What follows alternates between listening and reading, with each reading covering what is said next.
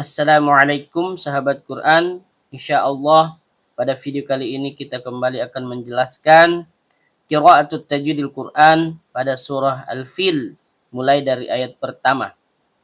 A'udzu billahi minasy syaithanir rajim. Bismillahirrahmanirrahim. Alam tara kaifa fa'ala rabbuka bi ashabil fil. Terdapat hamzah berbentuk alif atau hamzah kotok yang keluar dari tenggorokan bagian bawah. Lam, ujung lidah bertemu dengan langit-langit bagian depan.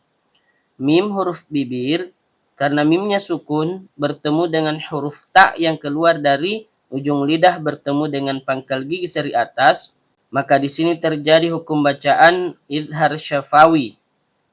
Mim sukunnya dibaca jelas tanpa dengung. Ro, ujung lidah bertemu dengan langit-langit bagian belakang.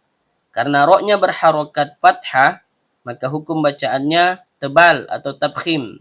Kaf, pangkal lidah naik ke langit-langit di atasnya.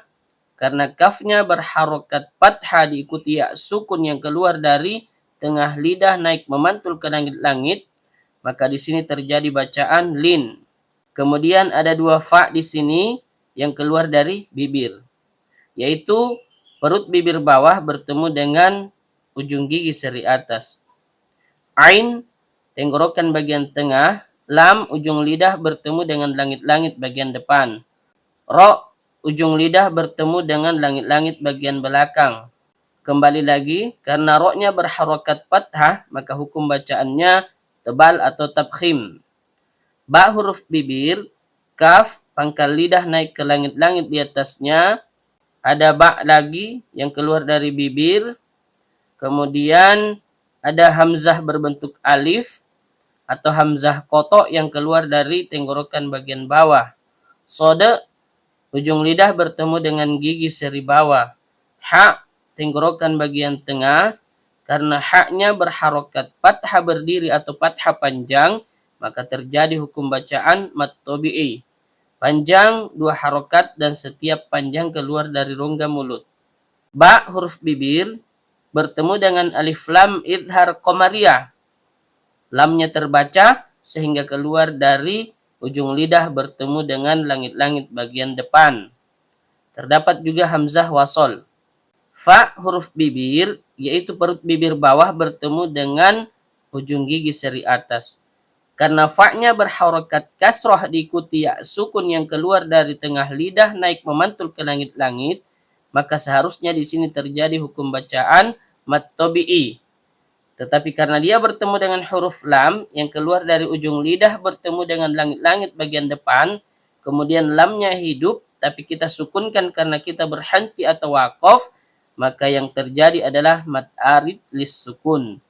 Panjangnya boleh 2, boleh 4 sampai 6 harokat, dan setiap panjang keluar dari rongga mulut. Saya kira cukup penjelasan qiraatut tajwidil Quran pada surah Al-Fil ayat pertama. Baik sahabat Quran, kita lanjut lagi qiraatut tajwidil Quran pada surah Al-Fil ayat 2. Alam yaj'al kaidahum fi tadlil. Terdapat hamzah berbentuk alif atau hamzah kotok yang keluar dari tenggorokan bagian bawah. Lam, ujung lidah bertemu dengan langit-langit bagian depan. Mim, huruf bibir. Karena mimnya sukun bertemu dengan huruf ya, maka terjadi hukum bacaan idhar syafawi. Dibaca jelas tanpa dengung. Kemudian ya dan jim keluar dari tengah lidah naik memantul ke langit-langit. Karena jimnya sukun dan berada di antara dua huruf hidup, maka terjadi hukum bacaan qalqalah sugro, bunyi pantulannya kecil. Ain, tenggorokan bagian tengah. Lam, ujung lidah bertemu dengan langit-langit bagian depan. Kaf, pangkal lidah naik ke langit-langit di atasnya. Karena kafnya berharokat fathah diikuti ya sukun yang keluar dari tengah lidah naik memantul ke langit-langit, maka terjadi bacaan lin. Dal, ujung lidah bertemu dengan pangkal gigi seri atas. Ha, tenggorokan bagian bawah. Mim, huruf bibir. Karena mimnya sukun, bertemu dengan huruf fa yang juga keluar dari bibir, yaitu perut bibir bawah bertemu dengan ujung gigi seri atas, maka terjadi hukum bacaan idhar syafawi. Kemudian khusus untuk bacaan idhar syafawi ini, yaitu mim sukun ketemu fa, dalam kitab Hidayatul Rahman fi Tajwidil Quran, Syekh Abdul Wahab Lipsu Zaid mengatakan bahwa kita perlu hati-hati di sini. Kenapa? Karena jangan sampai kita baca dengan ikhfa tanpa dengung. Jangan sampai kita tidak menyelesaikan bunyi mim sukunnya lalu masuk ke huruf fa. Jadi harus dibaca jelas mim sukunnya, kemudian masuk pada huruf fa. Karena fa-nya berharokat kasroh diikuti ya sukun yang keluar dari tengah lidah naik memantul ke langit-langit, maka di sini terjadi hukum bacaan mat tobi'i, panjang 2 harokat dan setiap panjang keluar dari rongga mulut. Ta, ujung lidah bertemu dengan pangkal gigi seri atas. Bode, tepi lidah, boleh kiri boleh kanan, bertemu dengan gusi geraham bagian atas. Lam, ujung lidah bertemu dengan langit-langit bagian depan. Karena lamnya berharokat kasroh diikuti ya sukun yang keluar dari tengah lidah naik memantul ke langit-langit, maka seharusnya terjadi mat tobi'i. Tapi karena dia bertemu dengan huruf lam yang keluar dari ujung lidah bertemu dengan langit-langit bagian depan, kemudian lamnya hidup tapi kita sukunkan karena kita berhenti atau waqaf, maka yang terjadi adalah mat arid lis sukun. Panjang boleh 2, boleh 4 sampai 6 harokat. Dan setiap panjang keluar dari rongga mulut. Saya kira cukup penjelasan qiraatut tajwidil Quran pada surah Al-Fil ayat 2. Baik sahabat Quran, kita lanjut lagi qiraatut tajwidil Quran pada surah Al-Fil ayat 3. Wa arsala 'alaihim tayran ababil.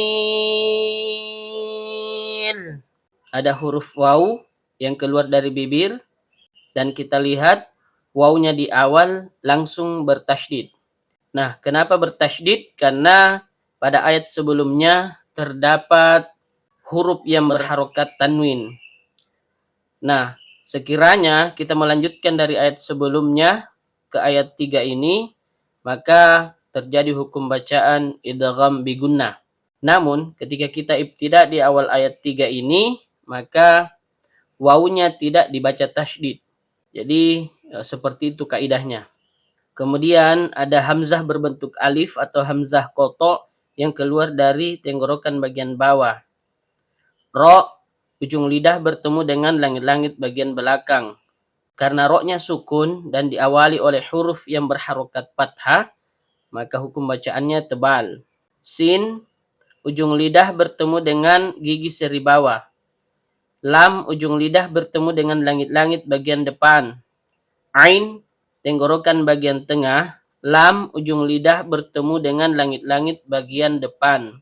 Karena lamnya berharokat fathah diikuti ya sukun yang keluar dari tengah lidah naik memantul ke langit-langit, maka terjadi bacaan lin. Ha, tenggorokan bagian bawah. Mim, huruf bibir. Karena mimnya sukun bertemu dengan huruf to yang keluar dari ujung lidah bertemu dengan pangkal gigi seri atas, maka di sini terjadi hukum bacaan idhar syafawi. Mim sukunnya dibaca jelas tanpa dengung. Kemudian karena to-nya berharokat fathah diikuti ya sukun yang keluar dari tengah lidah naik memantul ke langit-langit, maka kembali lagi terjadi bacaan lin. Ro, ujung lidah bertemu dengan langit-langit bagian belakang. Karena ro-nya berharokat fathatain, maka hukum bacaannya tebal atau tabkhim. Dan kemudian karena ro-nya berharokat tanwin atau fathatain bertemu dengan hamzah berbentuk alif atau hamzah kotok yang keluar dari tenggorokan bagian bawah, maka di sini terjadi hukum bacaan izhar halqi. Bunyi tanwinnya atau bunyi n-nya dibaca jelas tanpa dengung. Kemudian di sini terdapat alif yang bisa dikategorikan sebagai alif layyinah sekiranya kita berhenti pada ro yang tanwin atau fathatain. maka terjadi hukum bacaan mad iwad. Tapi karena kita lanjut, maka yang terjadi adalah idhar halqi. Lanjut, ba, huruf bibir. Karena ba'nya berharokat fathah diikuti alif layyinah, maka terjadi hukum bacaan mad tabi'i. Panjang 2 harokat dan setiap panjang keluar dari rongga mulut. Ba huruf bibir, kemudian karena ba'nya berharokat kasroh diikuti ya sukun yang keluar dari tengah lidah naik memantul ke langit-langit, maka seharusnya terjadi mad tabi'i. Tapi karena dia bertemu dengan huruf lam yang keluar dari ujung lidah bertemu dengan langit-langit bagian depan, kemudian lamnya hidup, tapi kita sukunkan karena kita berwaqaf atau berhenti, maka yang terjadi di sini adalah mad arid lis sukun. Panjangnya boleh 2, boleh 4 sampai 6 harokat. Dan setiap panjang keluar dari rongga mulut. Saya kira cukup penjelasan qiraatul tajwidil Quran pada surah Al-Fil ayat 3. Baik sahabat Quran, kita lanjut lagi qiraatul tajwidil Quran pada surah Al-Fil ayat 4. Tarmihim bihijaratin min sijil. Ta, ujung lidah bertemu dengan pangkal gigi seri atas. Ro, ujung lidah bertemu dengan langit-langit bagian belakang. Karena ro-nya sukun dan diawali oleh huruf yang berharokat fathah, maka hukum bacaannya tebal atau tabkhim. Mim, huruf bibir. Karena mimnya berharokat kasroh diikuti ya sukun yang keluar dari tengah lidah naik memantul ke langit-langit, maka di sini terjadi hukum bacaan mad tabi'i. Panjangnya 2 harokat dan setiap panjang keluar dari rongga mulut. Ha, tenggorokan bagian bawah. Mim, huruf bibir. Karena mimnya sukun bertemu dengan huruf ba yang sama-sama keluar dari bibir, maka terjadi hukum bacaan ikhfa syafawi. Cara bacanya didengungkan. Dan setiap dengung keluar dari hidung. Untuk bacaan ikhfa syafawi ini ada 2 macam. Kalau kita di Indonesia biasanya membaca ikhfa syafawi sama dengan cara bacanya iklabe. Kemudian cara baca yang kedua itu dengan cara furjah. Artinya ada celah, bibir tidak rapat. Ini juga dijelaskan dalam kitab Hidayatul Rahman fi Tajwidil Quran yang ditulis oleh Syekh Abdul Wahab Dibsu Zaid. Ha, tenggorokan bagian tengah. Jim, tengah lidah naik memantul ke langit-langit. Karena jimnya berharokat fathah diikuti alif layyinah, maka terjadi hukum bacaan mad tabi'i. Panjang 2 harokat dan setiap panjang keluar dari rongga mulut. Ro, ujung lidah bertemu dengan langit-langit bagian belakang. Karena ro-nya berharokat fathah, maka hukum bacaannya tebal atau tabkhim. Kemudian terdapat tak marbutoh. Nah, tak marbutoh ini bisa dibaca dengan 2 cara. Cara pertama ketika kita wasol atau lanjut, maka dibaca sebagaimana tak yang keluar dari ujung lidah bertemu dengan pangkal gigi seri atas. Tetapi sekiranya kita berhenti atau berwakaf pada huruf tak marbutoh, maka kita membacanya dengan cara membunyikan huruf ha yang keluar dari tenggorokan bagian bawah, ha besar. Kemudian karena tak marbutohnya berharokat tanwin bertemu dengan huruf mim yang keluar dari bibir, maka di sini terjadi hukum bacaan idgham bigunnah. Cara membacanya bunyi tanwin atau bunyi n dilebur ke huruf mim disertai dengung. Dan setiap dengung keluar dari hidung. Ini juga termasuk idgham bigunnah kamil, artinya dengungnya sempurna. Nun, ujung lidah bertemu dengan langit-langit bagian tengah. Karena nunnya sukun, bertemu dengan huruf sin yang keluar dari ujung lidah bertemu dengan gigi seri bawah, maka di sini terjadi bacaan ikhfa hakiki ausat. Dibaca samar disertai dengung. Dan setiap dengung keluar dari hidung.